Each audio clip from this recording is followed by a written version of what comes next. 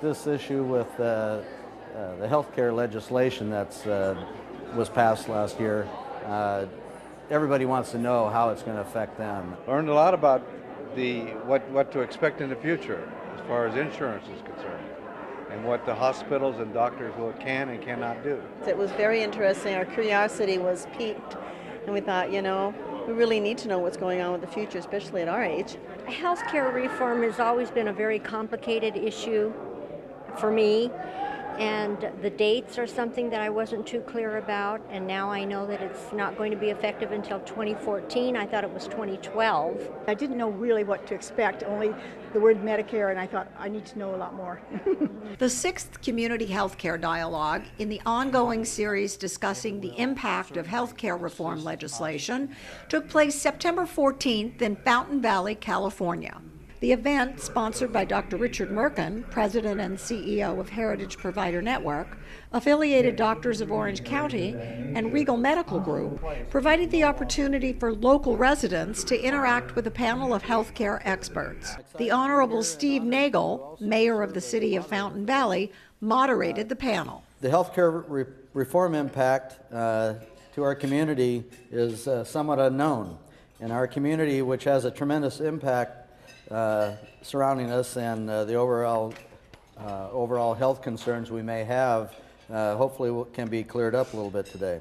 Panelists included Dr. John Ernstberger, Medical Director at ADOC Medical Group, Mr. Gerald Kaminsky, PhD, Associate Director at UCLA Center for Health Policy Research, and Mr. Sean Dewars, Chief Business Development Officer at the Fountain Valley Regional Hospital.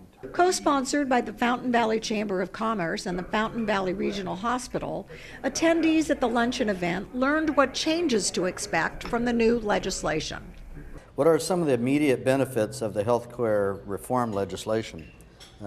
Dr. Kaminsky? There were a number of provisions that went into effect at the end of September 2010. And the one that probably most people in the room are familiar with is that anybody who has an adult child up to age 26 is now entitled under federal law to keep that child, as long as your employer offers you family coverage.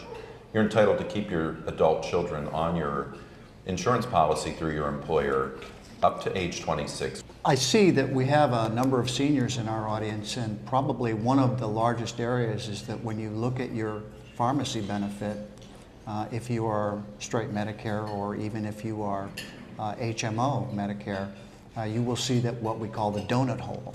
The legislation that is out will cover up or make that donut hole smaller in the respect that you're going to become eligible for a rebate, and the pharmacies have decided that they will extend to you a substantial discount on brand name drugs. So I think that's of great importance. We've seen an increasing number of uninsured individuals in the community that come to the hospital and so forth. So I think overall to see some sort of insurance for all citizens would be a great thing. Tell us how accountable care organizations can help us with costs, access, and care. An accountable care organization is nothing new to us. We have 45%, maybe 50% penetration in the HMO world, which means that a large number of you sitting in these tables are part of managed care already. The bottom line is it's designed to increase wellness, reduce costs, and take care of the largest number of patients possible. The challenge going forward is finding ways and implementing the incentives to provide better care coordination, more primary and preventive care services, to make sure that we're managing the health of the population enrolled in a HMO, and not just managing the financial arrangements between doctors, hospitals, and the insurance company. The issue of quality and the incentives that healthcare reform or through high tech have basically incentivized physicians and providers to upgrade their information system, i.e. no more paper charts, incentives to go ahead and streamline and exchange data instantaneously on a patient. The ability to become more efficient in the delivery equals better quality and ultimately equals lower cost. So I think overall the incentives will be aligned through hospitals, providers and other ancillary providers to just exchange data to help manage patients better. The issue regarding the increase in uninsured Californians discussed at the event was also featured in that day's Los Angeles Times. That 1 in 5 statewide are uninsured, and that's approximately 7.2 million persons in our state alone. The numbers of Orange County are 23.3%. Breaking it down further, Orange County Health Agency tells us in our area it is estimated that at least 40,000 children lack health coverage. The instant influx of newly insured patients and patients who have been putting off health care for the years truly due to cost, access in the emergency room, the ability to get those patients to a home network or provider to manage the care on an outpatient basis.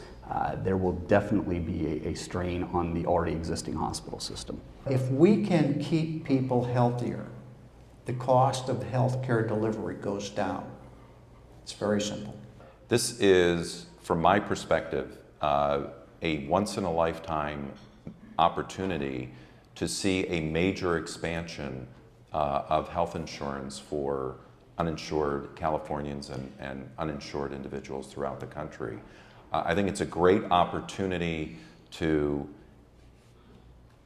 figure out how to make these programs work as smoothly as possible and to provide what I've been committed to for my career, which is universal health insurance coverage for all Americans. It was very, very informative. I liked how they did it. I liked the panel. They were very clear.